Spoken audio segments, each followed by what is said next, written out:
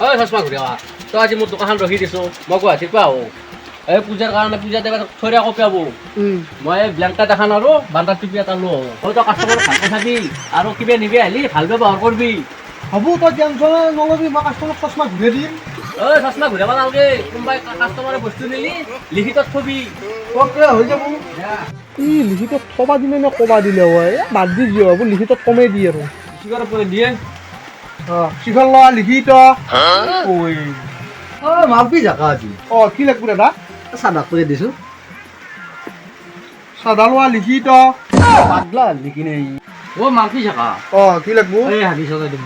haggis লাগা হাগা মৰিলে কি তোৰ এই হাগা আনা দি এটা লাগে হাগিছ লোৱা লিখিত আৰু কি দিম লিখিত চাহ বাকি দিম চাপ লোৱা লিখিত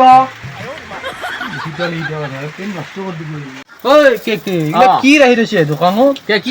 কথাই বুটি লিখিত মাতি থাকে কাষ্টমাৰ আহি নাহে দোকানত ঐ চশমা ঘূৰাৱা তই কাষ্টমাৰক কি লিখিত কৈ আছা তোৰ মাথাতো হোৱা বুলি কৈ দিছি দোকানখন ফেৰাই দি মোৰ তই একা কৈছিলি লিখিত বুলি কবা দিছিলি সেইকাৰণে মই বস্তু লিখিত বুলি কৈছো বুলবক তোক লিখিত কবা দিয়া নাই কোনোবাই বাকী চাকি নিলি মই লিখি থবা দিছো লিখিয়ে থবা দিছিলি তই মই কবা দিয়ে বুলিহে ভাবছিলো মোৰ মা